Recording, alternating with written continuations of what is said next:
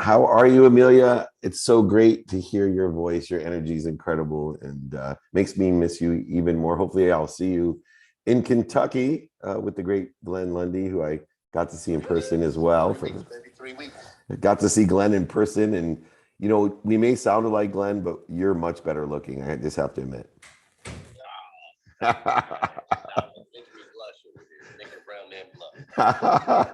Well, anyway, Jake, why don't you set the room, man? You guys get. You're a stud, dude. I love being in your energy. Your studio was amazing. So grateful for the opportunity and the people that, we were just talking about Amelia being able to attract just amazing superhumans around her. Good morning, everyone. Welcome, welcome, welcome. It's BYOQ. Bring your own questions. We'll bring the answers. We're here on a live training. We're going to get started. Make sure you put in your questions. Check out Office Hours tonight on Bloomberg TV, the first late night entrepreneur show. We need some more Q&A in here. We're going to be taking questions with IG, questions in this webinar with everyone. Welcome everybody to our training. We've been doing it over 21 years. Thank you, thank you, thank you. It's BYOQ. You bring the questions, I'll bring the answers. Let's get this party started. We got Clubhouse, IG, and of course, Lauren. That's what. Jake here. Can we all get a quick mic flash for Glenn and the event coming up? Let's get a quick mic flash. Thank you so much, everybody. We're so all right, we're going to take the first question here. Let's make it rocking and rolling. Here we go. Do you ever think about how much money you've missed out on in terms of? Hold on one second. We'll get this going. I apologize. We'll get questions. Put your questions in here on IG as well, please. Thank you, everyone. Welcome, welcome, welcome. We're getting online. We'll get this thing moving. Thank you for your patience. Matt, good to see you. The first question of the day here is from Instagram. The question is, why do I wake up more tired than when I go to bed? Yeah, so this one frustrates me because there's no reason after you spend whatever amount of time it is, from 4 to 12 hours, determined on who you are, that you should wake up more tired than when you went to sleep. I talk about my unwinding routine for this very purpose, is that an indication that you're working against yourself is if you wake up more tired than when you went to sleep, regardless of how long that you've been sleeping. It indicates to me that you either biochemically are putting things into your body that are exhausting you, or most likely you are hanging on to subconsciously and even fighting unconsciously some negative energies, thoughts, and resistance that is wearing you out when you should be, number one, recovering, and two, accessing extraordinary information from the all-powerful, the all-omniscient, all-knowing. And too many people are being notified when they wake up if you are starting the day at the same spot that you started yesterday. If you are pushing a boulder to the top of the hill just to have it roll down every day. If you are feeling stuck, you are not utilizing the most valuable time that you have to, number one, recover, and two, to access without the ego. See, you're utilizing a great opportunity to get your ego out of your way. Instead, you're programming yourself in the recovery to wear yourself out. So one of the key indicators of why we want to unwind correctly, recover correctly, and access correctly is if we wake up and we're more tired than we were when we went to sleep, you're doing things wrong. It's an indicator, it's a pain, a setback, a failure, a mistake that should be propelling you to a better place, a better situation, so you feel better each day. You're more productive, being able to provide more value, more accessible, not only accessible to others because you're rested and recovered and happy, but also able to access more, learn more lessons, make more money, and have more fun. But also, it actually applies to your gratitude. If you are rested, especially if you're in this plateau and growth strategy, you're capable of what? Finding the light, the love, and the lessons in all situations, even ones that initially appear to be resistance, even one initially that appear to be pain, setbacks, failures. You now are utilizing your system the way it was designed to be. The reason we go to sleep is so that we can recover and access all information in that manner. So utilizing that methodology to do so, please think about how you feel in the morning and make the adjustments necessary to be productive, accessible, and gracious. What a great question to start out with. Jake, do we have someone that wants to come up and ask a question on Clubhouse? Yes, we do. The first up is David Moreno. So David, if you could please unmute yourself. Welcome to the Clubhouse and feel free to ask your question. Morning, Clubhouse. Morning, Dave. Morning, Jake. My question is a piggyback off of our LinkedIn Live this morning, Dave. And with this being BYOQ and all about asking questions, and you speak that one of the biggest issues folks have is asking questions. But we touched on a little bit earlier this morning when to stop asking questions or when to change the type of questions you're asking. What advice do you have for folks that are confident enough to ask, but then maybe ask a little bit too much? Yeah, that's why, timing and risk tolerance is so important. Taking inventory of values is so important. Oh, sorry about that. That's why timing is so important, and time and risk tolerance is so important. Taking inventory of your values is so important. But you actually have to, when you take inventory of why you're asking questions, what is your objective? Is your objective to stimulate interest, to get someone to call you back? One of, I think, the biggest tragedies in sales is that people they'll cold call all day long and forget their objective. 80% of all calls aren't answered. Therefore, 80% of all calls made, especially on a telephone cold calling, you only have one objective, and that is to leave a message to stimulate interest in order for the person to call you back. Unless, of course, it's your in-laws, then you may change the objective to leave or ask questions or a message that resists them from calling you back.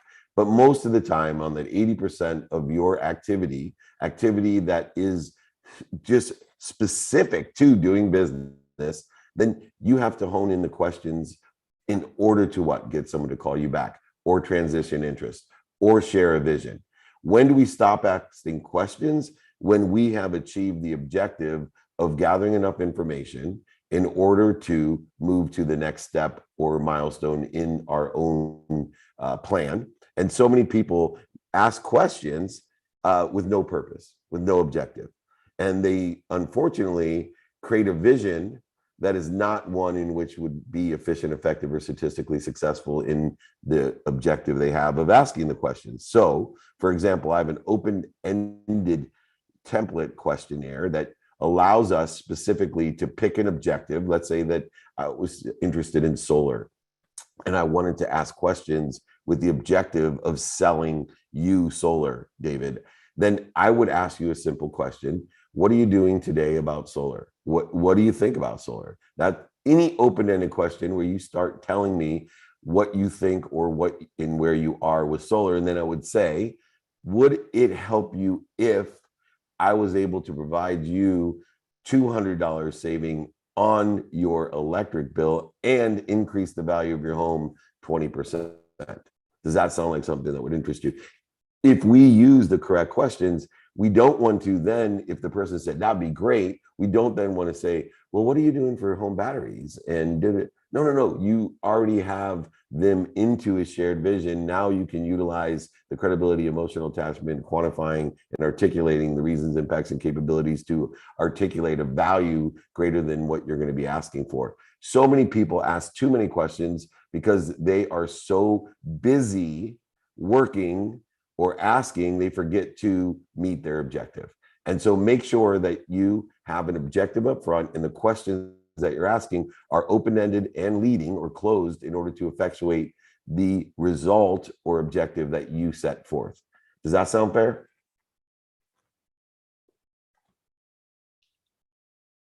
Did that answer your question, Dave Moreno? It sure did. Thank you, buddy. Thanks. Thank you. All right, I'm gonna take a question here on the webinar that we do. I've been doing these trainings for over 21 years. That says the BYOQ training. Bring the questions, I'll bring the answer. Do you ever think about how much money you've missed out on in terms of business deals? Well, I try not to focus in on what's missing, what I don't have, or what other people want from me.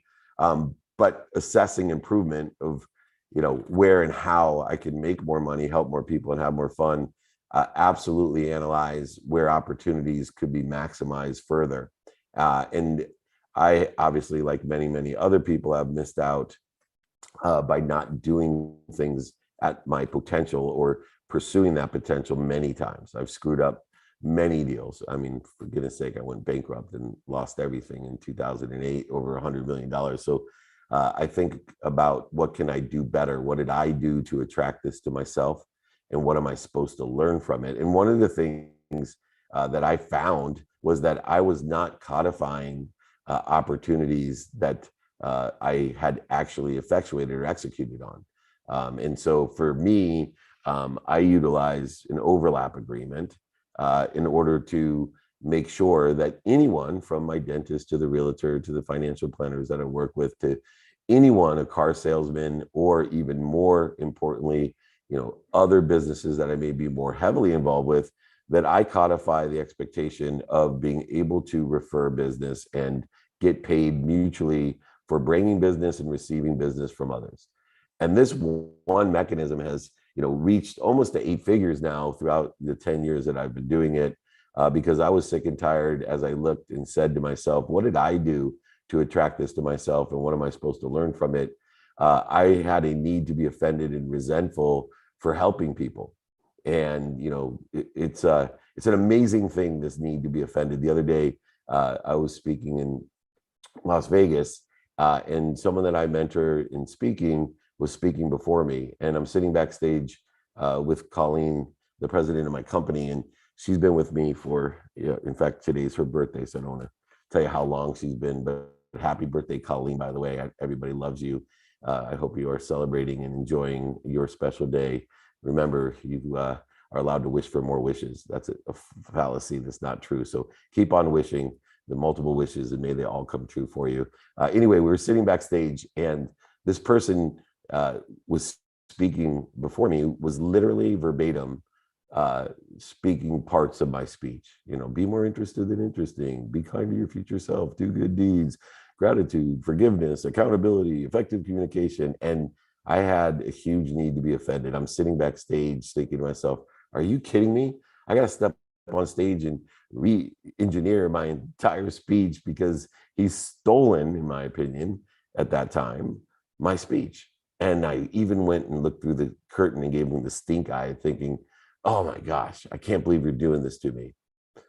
And then, of course, my higher self took over, and I stopped and breathed and thought about what my mission was, what my objectives were, which is simply to empower others to be happy, to help people make a lot of money, help a lot of people, and have a lot of fun. I'm looking, which is why I come here every single Friday at 6 a.m., is to help and find 1,000 people, this breakfast of champions that we can empower to find another 1,000, to find another 1,000, 1,000 times 1,000's a million times 1,000's a billion.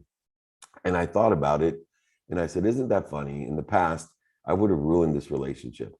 For over 10 years, I've been helping this person. They've been helping me. And for over 10 years, I would have attacked this person. And, as I thought about it, I said, what is he doing wrong? He's only doing what I'm asking, which is taking what I teach and utilizing it to empower others. I never said transform or transcode or translate my ideas into some other form factor, et cetera. I just said, can you please help me? My mission in life is to empower others to be happy, to make money, help people, and have fun. And I turned that fear, that offense, into joy. And when he came off stage, I gave him a huge hug and I said, thank you so much, man. Thank you for carrying our mission. What an amazing speech. But the previous Dave, the ignorant, arrogant one who thinks somehow that I own what I say, when every single thing that I teach and say is just taken from somewhere or someone else and re-engineered into whatever vibration or frequency that I carry, I hopefully add some appreciation to it, some value to it. But in the end, since everything already exists, nothing is original. And, that forgiveness in my heart, that understanding of the ego is so essential. And utilizing that abundant attitude and codifying this abundance without being offended that for years I've brought and helped people and given them business and never asked for anything in return. I started to ask and ask for business and ask for a portion of the business if I brought business either as a finder's fee or as an assistant or what I call a procuring cause to help someone make money. And this little agreement has changed my energy, my life, and my finances by simply codifying so that I can remember and search what opportunities I have in order to help other people, but also help myself. So make sure that you're focused in on the right things. Don't focus in on what you're missing or missed out on. Learn the lesson and create an opportunity from it by looking at what you want, not what you don't want. Great question online. Jake, who do we have next? Yes, and if anyone would like that agreement, please feel free to email David. It's david@dmeltzer.com, david@dmeltzer.com. Quickly resetting the room, we are here at 6 a.m. Pacific time, 9 a.m. Eastern time at the one and only Breakfast with Champions with David Meltzer. If anyone would like to ask a question, we're doing a BYOQ here on Clubhouse, so please back channel me and we will aim to bring you up. And then next up, we've got a question here on Clubhouse from Sarah McCord. So Sarah, if you can please unmute yourself and welcome to the Clubhouse. Hi, Jake. Thank you so much. Actually, I'm adding to the reset with a couple of announcements, but I can find a way to put a question on the end as well. We wanted to take a moment throughout the morning to let everyone in the room know that on Monday, we're going to go back to really honing in on our morning show programming and Breakfast with Champions. So you'll see the room open from 5 a.m. to 11 a.m. Eastern time every weekday, followed by the social media show, and then some pop-up rooms in the afternoon, which is going to give us more of an opportunity for tighter content in the morning, and then in the afternoon to have those open Q&A stages to interact with you, to be on your stage, and to move across social audio platforms. And so there are 2 points I have on that. The second, which will be my question to you, David. The first is Carmelia, who's right below me, is going to be interviewed by the founder of Wisdom at 10 a.m. Hey, Carm, do you want to tell us anything about that? She might be getting ready, but we're super excited.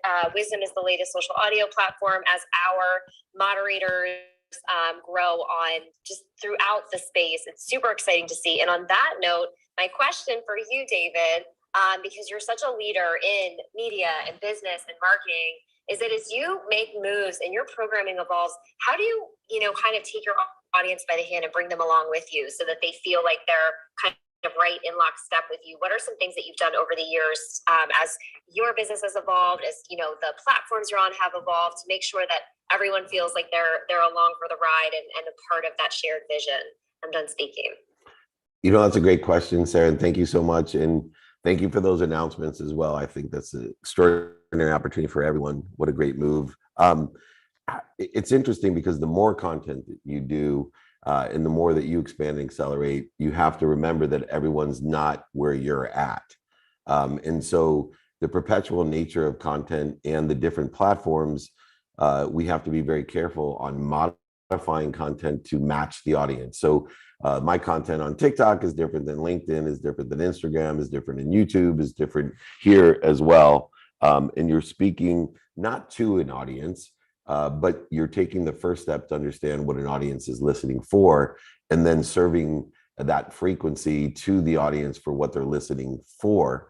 Several different mechanisms that I've utilized over the years. One, transcribing every piece of content, video, audio content, into word form, which is incredible AI out there that allows you to do so in a very inexpensive manner, and then building your own search engine. So I have search.dmeltzer.com that allows my audience where they're at to search for the videos that are in and describe utilizing the words that are that they are most comfortable with. So if they're at a level where they just it resonates to them to say thank you before they go to bed and when they wake up, which, by the way, as complex as I get into some very obscure time and illusions and other things in the metaphysics and quantum physics world that I work in, that some people just want to hear the gratitude video. And so we give an opportunity through allowing people to speak their language and their vocabulary as everything grows upon itself because of the perpetual nature of the platforms, that you want to utilize some sort of mechanism so that people can seek and be delivered on their terms, on their frequency, the information that they understand, so they can grow through where you're to or go past it as well. And I think it's really important to understand the 4 different aspects of media so that you can align and synergize with that frequency and grow it. Is number 1, you need to capture your content, all of it, the most that you can. You have to understand and have a team or yourself to have a strategy to modify it correctly for what people are listening for. And then also understand the channels that you can amplify on. And when I say channels, I don't just mean Clubhouse and Instagram and TikTok and LinkedIn and all of those type of platforms. When I say channels, I mean people like you, Sarah, or people like Glenn or Amelia that will share your content. And they specifically will share the content that is at their frequency that resonates with them. And if it resonates with them, it'll resonate with the people, their community that surrounds them, that speaks at that frequency or level. And then finally, we already talked about the perpetual nature by transcribing all of your content into word form so that it is much easier to search for the content that is at the frequency or level that someone is listening for. So don't necessarily think everyone's listening to you. Take the extra step, be more interested than interesting, find out what the audience is looking for, what your spectrum is, and then strengthen your signal within the context of that spectrum in order to facilitate a better alignment and more strong relationship or resonation with what you're saying. I think this is one of the most crucial things in media and marketing. It allows you to be consistent and persistent in what you do and grow an audience at an exponential rate by understanding the strength of your signal, the spectrum, and of course, the clarity of your message of what people are listening for. Thank you so much, Sarah. I really appreciate it. Jakey Bakey, you want to reset and we'll take on a question here online? Yes, let's do it. Thank you so much for the question and reset, Sarah. Much appreciated. Dave, let's take a quick question from Instagram. I'm excited about this question because the day is finally here. It's about the Office Hours TV show that is actually airing tonight. So the question is from Tori, and she asked, can you tell us about your Office Hours show that is airing today? And who was your favorite guest on the show? Well, the guests are amazing, but I do have one favorite. It's Sadhguru. So, I mean, we have Tillman Fertitta, we have Rob Dyrdek, we have Ja Rule, we have Danica Patrick, Jim Quick, Jack Canfield. There's 75 of the billionaires, millionaires, entrepreneurs, celebrities, athletes, entertainers. And also we showcase Glenn Lundy, by the way, on there as well. But by far, Sadhguru, as we have the first late night entrepreneur show on Bloomberg TV tonight, if you want to check it out, and will be also aired in binge watch on Amazon Prime Video. But his knowledge is incredible. If you haven't checked out Sadhguru, please do. He's like the Deepak Chopra of the world. His mission is to empower the entire world to be happy, and his wisdom goes beyond simplicity. And I think that best and most adequately describes what I wish for everyone, is that wisdom goes beyond simplicity to you, that it's just an obvious awareness that you carry in order to effectuate the ability to maximize the currencies here that we live at, making a lot of money, but also the oneness that we all experience, which is to help a lot of people and to do good deeds. And then most importantly, rule number 6, as we talk about, to not take yourself so seriously and have fun. Remember, every journey you're on only requires 3 things: that you do your best, you learn something, and you have fun. Write those 3 things down. Ask yourself, after the activity you get paid for, the activity you don't get paid for, have I done my best? What have I learned? And I've had a good time. If not, seek the light, the love, and the lessons. Figure out how to do it better next time. Realize the pain, setbacks, failures, mistakes are propelling you towards that, towards doing your best, towards learning lessons, and towards having fun.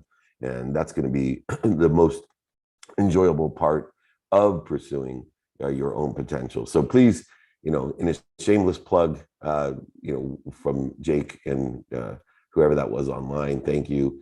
Please join us. You'll love it. It's the best project I've worked on. It's called Office Hours.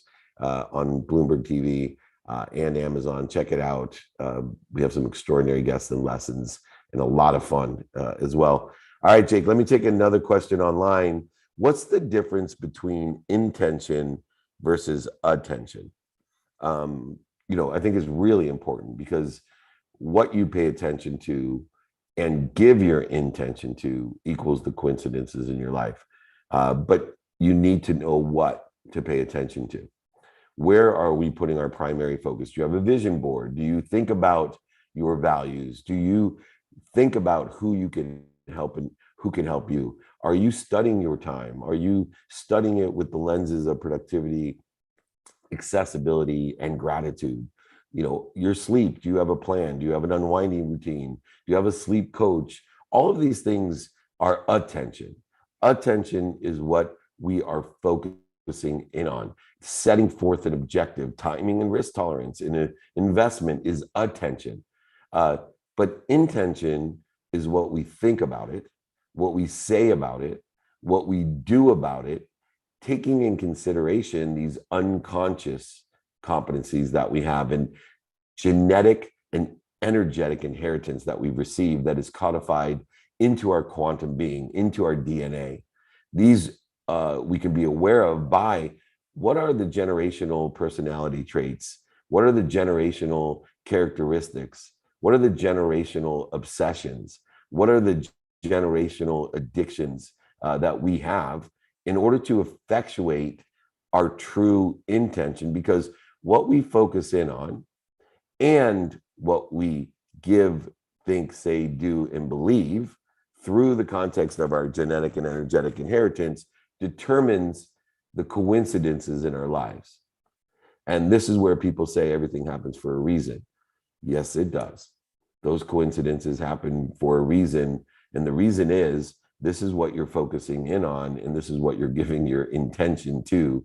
So the distinction in relationship between attention and intention is critical to understand karma and fate, as well as achieving at this pragmatic man-made construct of time on this earth what you want, because that's what coincidences are. When things happen as you want them to happen without you even knowing it, resulting in an affirmation that you're ignorant and humble, not ignorant and arrogant, that the only control that you have of the infinity or everything is what I'm paying attention to and giving the intention to. That's what we have control of, which is why I have people detach their energy and emotion from the outcome or coincidence they think they want, and allow their attention and intention to create something equal to or even better than what they wanted.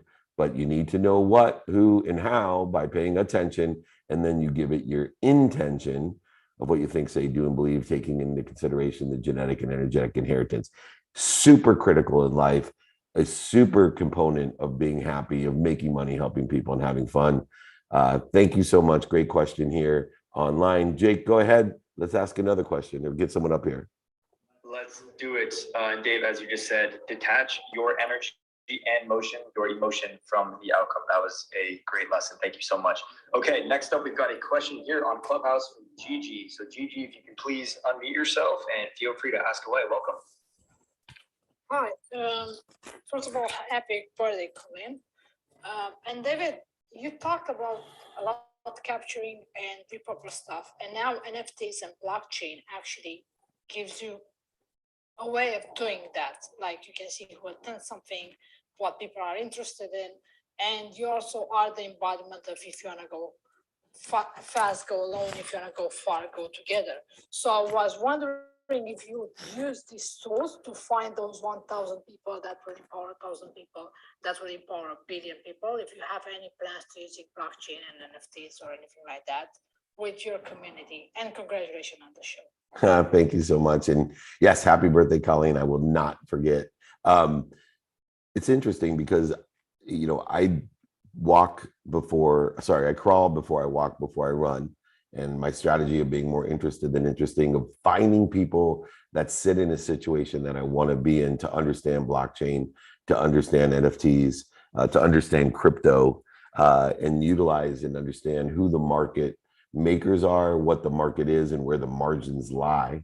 And so I absolutely are going to utilize all of those different things. And I've started to. I've made investments in companies like Creatify, which is, for the masses. I am working with Celsius Network, which is, billions of dollars now of stable coins that provide over 8% interest on your money with a minimum of $100 deposit secured by a stable coin.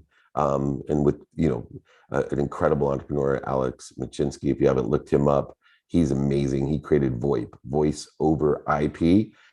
And a lot of the blockchain, NFT, all of these technologies are what I call MOIP, money over IP.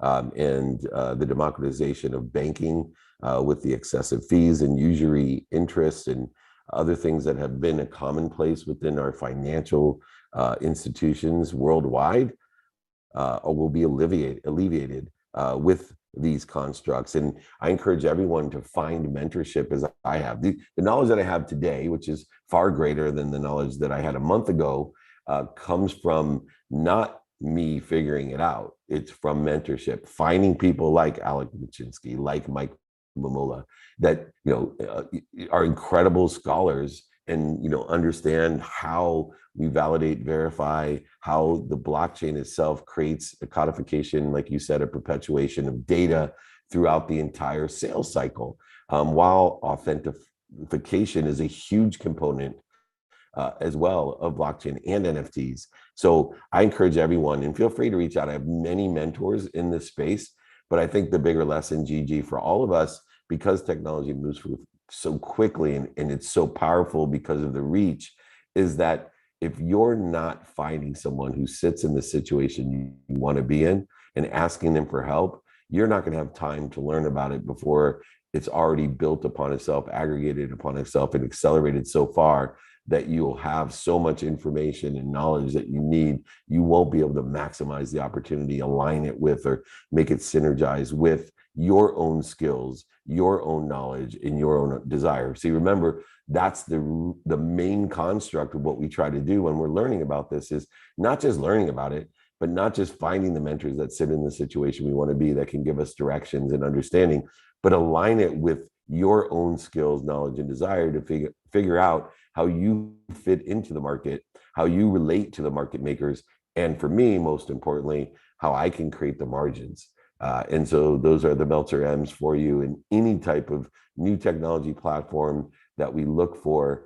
That's how I find and utilize that interest so that I could be more interesting. And it's an unbelievable, fascinating world that people are making an extraordinary. It reminds me in 1992 when I got out of law school and I got a job in the internet selling legal research online. Not only, did my mom tell me the internet would never last or work, that it was a fad, but even, when I got into the job, people like Justice Scalia, I was blessed to present to the Supreme Court in Hawaii, the Westlaw, legal research online. And it was in DOS with 9600 modems on an XT computer that I wheeled in on a luggage cart. But I will never forget his comment when he first saw Westlaw: you cannot do research online. And, I know it was dial up. I know it was slow. I know it was DOS. He said, you can only do research in the books. This will never work. People will never do research online. When you don't know what you don't know, and as an ignorant, arrogant person of the past, we can see how this applies today to crypto, to NFTs, to blockchain itself. I would suggest that if you run into a closed mind, regardless of the credibility, intelligence, and good-heartedness of some people, when we don't understand, sometimes close our mind to certain things that end up, being a huge opportunity. So if you're interested in these, find open minds, open hearts, and open hands to teach you so that you can align it with your skills, knowledge, and desire. Thank you, Gigi, for bringing this up, because I think it's really important for this group, the Breakfast of Champions community, to understand and align their margins and markets and market makers to what they do. And we can all make a lot of money, help a lot of people, and have a lot of fun with NFTs, blockchains, crypto, etc. Thank you again. Thank you, Gigi. Did that answer your question? Yeah, well, I'm just start to learn about this, so yeah, I think it's gonna be awesome. Thank you. Amazing. Thank you for joining. And yeah, if anyone would like to ask a question here live on Clubhouse, just feel free to back channel me and we will bring you up. Dave, should we take a question from Instagram? Or you want to take a question from the webinar? Yeah, let's take a question on the webinar. I don't want to ignore all these people on here as well. But this is an interesting question. Is the truth everlasting? Is the truth everlasting? Well, whose truth? And the point of data of the truth is not everlasting, but the truth is, your truth is. And hopefully your truth is changing, which is why you should be taking inventory of your truth every day by looking at what you want personally, experientially, giving and receiving wise. See, when we're taking inventory of who we are, our truth is everlasting, but it changes the data points of our truth. So I may tell you that, man, this is not something I want today, and I could want it tomorrow. And I could like something today and hate it tomorrow. But that's okay. The truth itself is everlasting because the truth is mine, my truth, my potential from the point in which I stand today, utilizing my 3 lenses to determine my truth: the lens of productivity, of how I can provide value to others, the lens of accessibility, of how accessible I am to others, and most importantly, how I'm accessing what I want, and the lens of gratitude. Am I capable of finding what? The light, the love, and the lessons? Obviously, if I'm searching and seeking for the light, the love, and the lessons, my truth will be changing, but everlasting. The truth is everlasting and changing at all times. So pursue the truth, pursue your potential, even if it's changing, even if it's everlasting. Thank you so much. Jake, you want to take an IG Live question or bring someone live?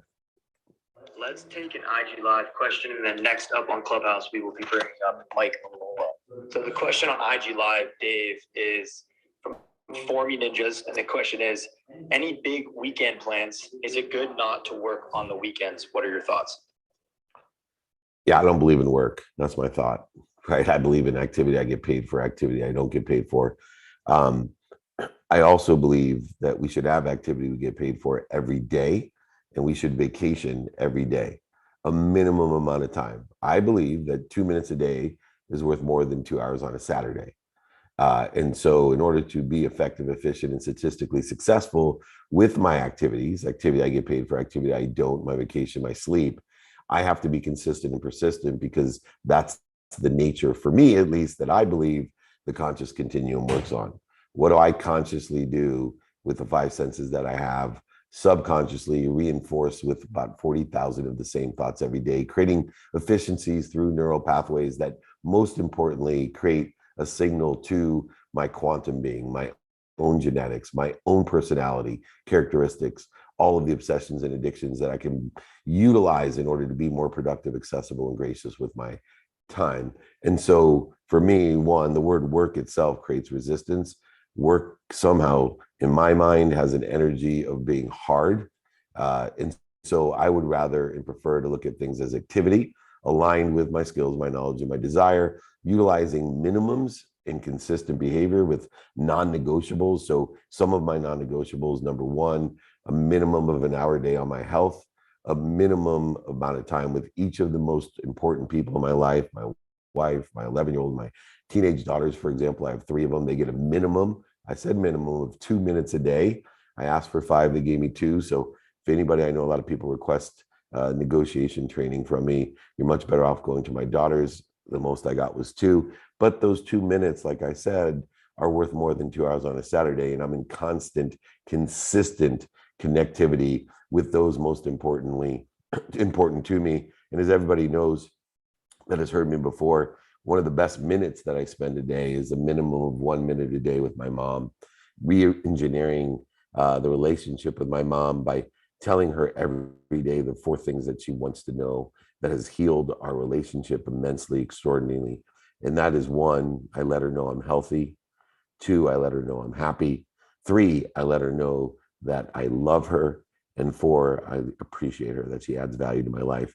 Those 4 simple statements, those connections that are made every day, a minimum of a minute a day of talking to her, has healed a lot of the separation ego that exists between mother and child, and has really changed my life. So make sure that you utilize activity instead of work. Make sure you have minimums of amount of time for the non-negotiables. I do also spend a minimum amount of time studying my activity, studying my calendar, studying my time, in order to be, and to put my attention and intention onto the coincidences of my activities, so that I'm more statistically successful, which makes me more happy, allows me to do that as well.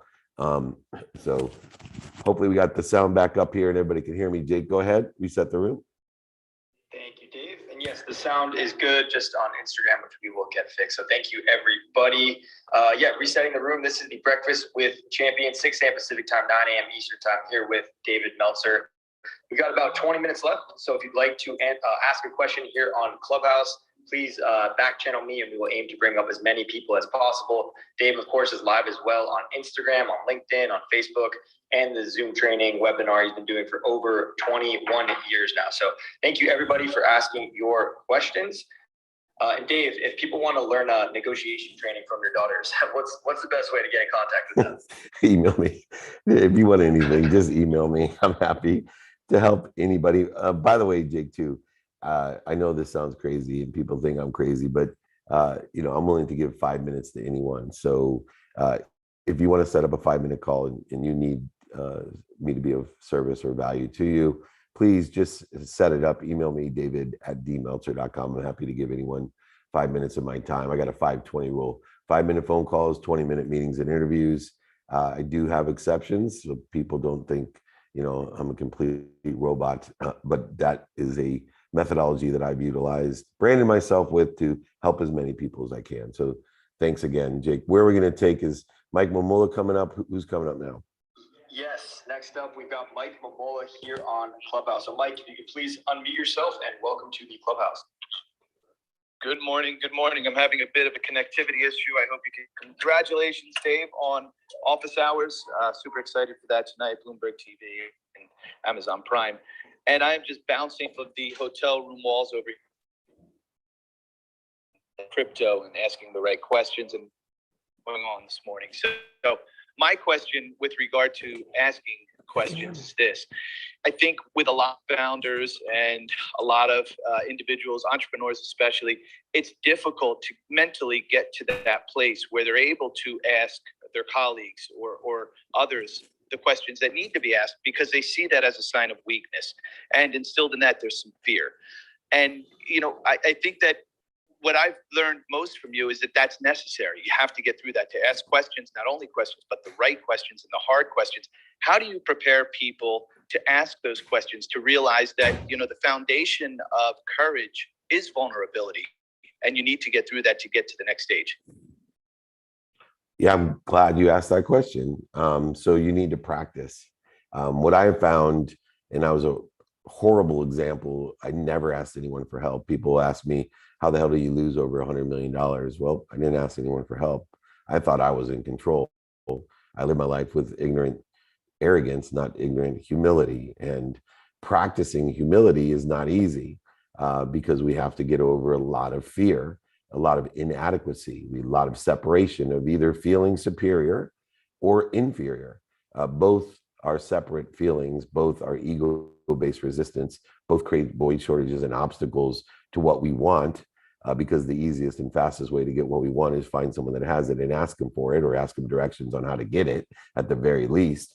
And so we need to practice asking. And the more we ask, the better we feel about asking, because we start seeing how connected we are to and through the greatest source of power, light, and love and lessons, the greatest source, the omniscient source, the all-powerful source. And the more that we see our brothers and sisters as one with us, by honoring them, by making an investment in them, by allowing them to make an investment in us, by simply asking for help. But I will tell you that I have a practice of humility that I work at, so that I stay in humility almost the entire day. Yes, I spend minutes and moments with the need to be right, the need to be offended, separate, inferior, superior, anxious, frustrated, angry, guilty, resentful, I do that every single day. I had a great experience last weekend or the weekend back that I was just amazed what an idiot I was after, and a hypocrite after teaching in the morning about ego. That somehow, after being hungry in a hurry, going to the airport, my food not being ready, going the wrong way, that I ended up screaming at the top of my lungs at my wife, who I adore and love, and I hope she's used to forgiving me, that she did it again. Understand that I'm human and spend at this time only minutes and moments, and didn't destroy my entire weekend by accelerating in the wrong direction. So practice being humble, practice asking. When you do, you will feel more and more comfortable with every question you ask about how connected we are. You will reduce, dissolve, and dissipate all the interference that you've caused in the past with these ego-based triggers. One other trigger, by the way, Mike, is the people that we're most relative to, the people that we're closest to. These are most of the time called relatives. These are the statistically the greatest chance of triggers. And it's because the more we know someone, the more we've experienced life with them, the more snapshots they have of us, which will trigger the ego. And everyone suffers from this with relativity, that they get frustrated, angry, upset, worried, guilty, resentful, all of these different feelings of separateness, of inferiority and superiority with those people that we have experienced the most of our life with, the people who we care the most with. And so although it's counterintuitive that we would be the most gracious with those that we know the best or most relative to us, it's actually the exact opposite. So just having the awareness that those that are most relative to us will trigger the ego the most, which is terrible, because when the ego is triggered, the blood leaves the brain, goes to your body so you can fight, flee, fight, or the other F word. That's bad. You can't think with your higher power of thinking. And so I want everyone to start identifying those triggers and utilize the mechanisms in which we start practicing radical humility through asking. I think this is a critical component for me in life, and hopefully that question by itself, Mike, has helped you and many others. So thank you for asking it. Absolutely, and thank you. Thank you, Mike. Looking forward to seeing you tonight at the launch party of Office Hours. So next up, Dave, do you want to answer a question on the webinar, or you want to take another one here on Clubhouse? Yeah, I'll take one here on the webinar. We got about 13 minutes left. It's the Breakfast of Champions with my extraordinary friend, Glenn Lundy, and many, many others. And I'm so excited to be a part of this community. It's been a godsend to me and a blessing on my mission to empower over 1 billion people to be happy. I will take this question now. Why do 99% of the people quit before they get to 25% of the way towards completing their goal? This is the problem of segmentation, and it's the aggregate of positive and negative behavior. What do I mean by that? Is that when we do positive things, we expect a very quick, if not an instant result. And if we are doing negative things, most of the time, we don't think it'll impact or affect us at all. We do not anticipate a result. The truth is that we live on a conscious continuum. Things aggregate upon themselves. This is where Einstein came up with his rule of 72, that it takes 72 segments in order for something to double. And whatever amount of time it takes for those segments to occur, that's the rule of 72. In the context of that, I like to use a pond analogy of, wanting something. And, if I would tell you that it would take you 20 months to get what you wanted, for your business to break even, or for your relationship to develop, whatever it may be, think about it like a pond. And in 20 months, each month, one lily would appear and double. And so in month 1 of the 20 month, you would have 1 lily, and in month 2, you would have 2, and in month 3, you would have 4. And so whatever our objectives are, this idea that people quit before they get to 90% of the way is because after 18 months, after everyone's telling you your pond's never going to be full, this is not working, there's better things you should be doing than filling your pond with lilies, all of the negative things that other people want for you, all the negative things that your own internal voice is telling you, all the times you focus in on what's missing, what you don't have, and what you don't want, 99% of the people start listening to the other people, to what they don't have and don't want, what's missing, and they quit. Because after 18 months, after hoping and even being told that all it's going to take is 20 months to fill the pond, most people quit because you only have 25% of your pond full. In fact, it's probably the only time, after 90% of the time has gone by, that you actually can be aware of a result. And this is where people literally lose out. Why? Because of the 1% that continue on in the next year or month, when you get to 19 months, the pond's only 50% of the way full. Now those voices get stronger of other people telling you what's missing, what you don't have, what you don't want, and you start focusing your intention and attention on that. Of the 1% that carry on from the 18th segment or the 18th month to the 19th, 99% of the 1% quit there. Why is that so awful? Because you're only 5% or 1 month away from being 100%. And even worse, in the 21st month, you're 200%. You need 2 ponds, and then 4 ponds, and then 8 ponds. The aggregate effect of positive behavior takes too long for us to, number one, be aware of it, but it takes too long for us to appreciate it. We have a very difficult time reconciling persistence with patience. Because why? We're not utilizing the currency of faith. See, if we believe that there's an omniscient, all-powerful, all-knowing, all-loving source that feels the same way about us that we feel about our children, that is looking in our best interest to accelerate, grow, and expand the positive things that we're doing, saying, and believing, then we will never quit.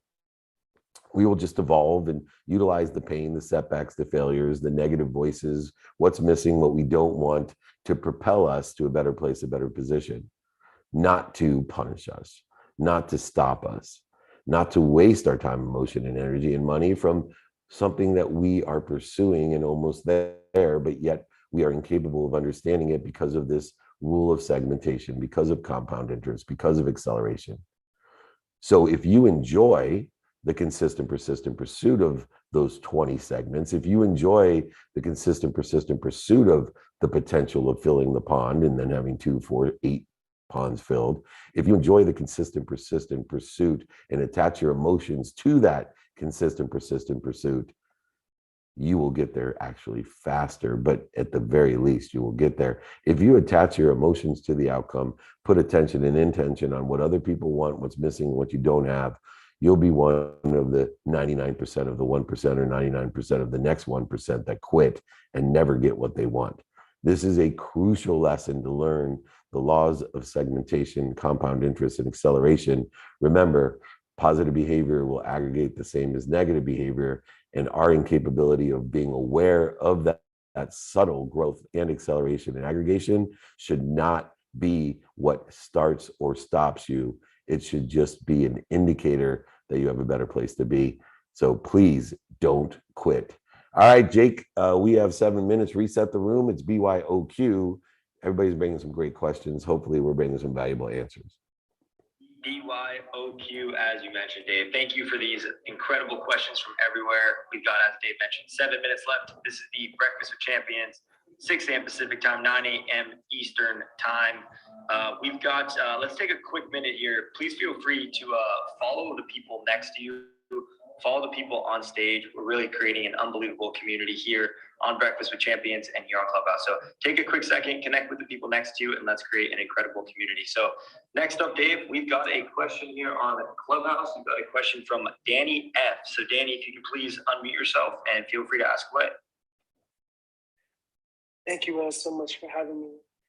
David, I want to get advice on nonprofit founders, just any advice that you have for new nonprofit founders. Thank you so much for your time. Oh, no, thank you. And this is very important to me as well. Working with so many nonprofits, the number one thing of a nonprofit founder is to do the due diligence of other nonprofits that may be already doing what you're doing, synergistic or supplementary to what you're doing. One of the things about a nonprofit founder that I found is they haven't done or been enough interest in who's already doing what I'm doing. Instead of reinventing the wheel by joining forces, there's so many nonprofits out there. By joining forces with those that share a purpose is a great way to accelerate. And instead of building your own nonprofit, creating a chapter or a branch of an existing nonprofit is probably the greatest lesson that I've learned. When I ran Leigh Steinberg, the sports agency, we used to require every athlete to create their own foundation, to have their own purpose or cause related to what's important to them. And what we found a lot of the times was that it was much better to align the athlete or celebrity with an existing foundation that was either completely identical to the purpose or cause or synergistic or supplementary to it, and allowing that adaptation of the purpose or cause or the own passion of the person creating that foundation. So the number one piece of advice I say for a founder of a nonprofit is to do more research on what exists today. At the very least, you'll learn what you can do and how you want to alter or adapt what other people are doing. Most of the time, what you'll find is that it's much easier to join forces than to create your own. And there's so many foundations out there already established that it's very rare that I find people that have a very unique proposition that cannot be supported or supplemented by an existing network, an existing structure, an existing people and community that will accelerate what you're trying to do. So you can go ahead and reach out to me. I have a few mechanisms that I use to find those different charities in your area or nationally or even internationally that may be aligned with synergistic or at least supplement what you're doing and accelerate what you're doing. Obviously, giving back is a main purpose of what I do in order to empower others. So number one, appreciate you for your service. Two, ask for help, be more interested than interesting, find out what's already existing. Thank you so much. All right, Jake, want to take a question from IG? Yes, let's take a question from IG. It is 6:57, so we got 3 minutes left. The question here, Dave, is how do you apply stop, drop, and roll to your ego? So first of all, when our ego is in play, one of these triggers of the ego or the need, to fight, flee, feed, or fornicate, then you have to be able to identify it. So I think before you can stop, drop, and roll, you have to understand when your mind, your body, and soul are on fire, right? Because everybody knows when you're on fire, that's when you stop, drop, and roll. And so the hardest part of the stop, drop, and roll process is to identify when you're on fire. And the reason is when we're on fire, all the blood's leaving our brain and we're not thinking straight. So we sometimes even internally, I know now that I've been in this practice of radical humility for so long that when my mind, body, and soul are on fire, when my ego is in play and I get upset or angry or worried or frustrated or separate, I'll talk to myself while I'm upset. And sometimes I'll even, try to shut myself up, or in other words, try to stop myself. Like, oh, you didn't say stop. What are you? But yet my adrenaline's going, my mind's not capable of stopping me. And so if I can identify eventually, and it will get faster how long it takes you to identify when you're in ego-based consciousness. Now, the hardest part after identification is being able to stop, because our natural biochemistry tells us to resist it, fight it, go over it, under it, through it, yell at it, lie to it, manipulate it, cheat it, whatever it says to us to do in response to the fire. But instead, it's so difficult, one, to identify, but then two, just to stop. And what we want to do, if we can stop, is then breathe through our nose, out through our mouth, in order to drop. And when we drop down to center or to neutral or to peace, it allows the blood to go back into our higher power of thinking, into our brain, so that we can effectuate what we want: a good decision, a peaceful decision, a resistant-free, effortless decision. And then we can roll back into what we want, who we can help, who can help us, how we best efficiently, effectively, with statistical success, can be productive, accessible, and gracious. In other words, we now can do it now, or know our now, or prioritize by what's important to us, not what's urgent through the adrenaline, through the separation, but what's important to us, allowing us not to search for our why, but to apply our why. It's 7 a.m. here on the Pacific time, at 10 a.m. Eastern time. It's the Breakfast of Champions. We're going to be handing off. Thank you so much, everyone, for joining us on BYOQ. You bring the questions, we'll bring the answer. Everyone online, been doing this for over 21 years, trying to be of service or value.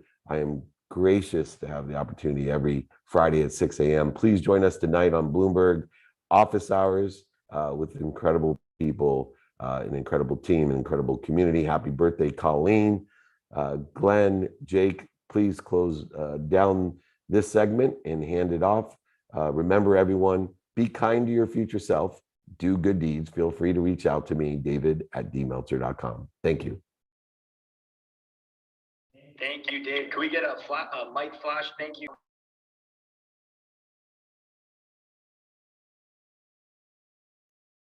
This is Office Hours, where the brightest entrepreneurial minds in business, sports, and entertainment share with you the strategies and tools they've used to dominate their respective fields. We created this opportunity for ourselves. Nobody told us that we had to go do it. That's why you two are successful. What a journey we're taking today. I built the #1 sales team in New York City history. If you do not invent misery, you will be happy. David Meltzer hosts Office Hours.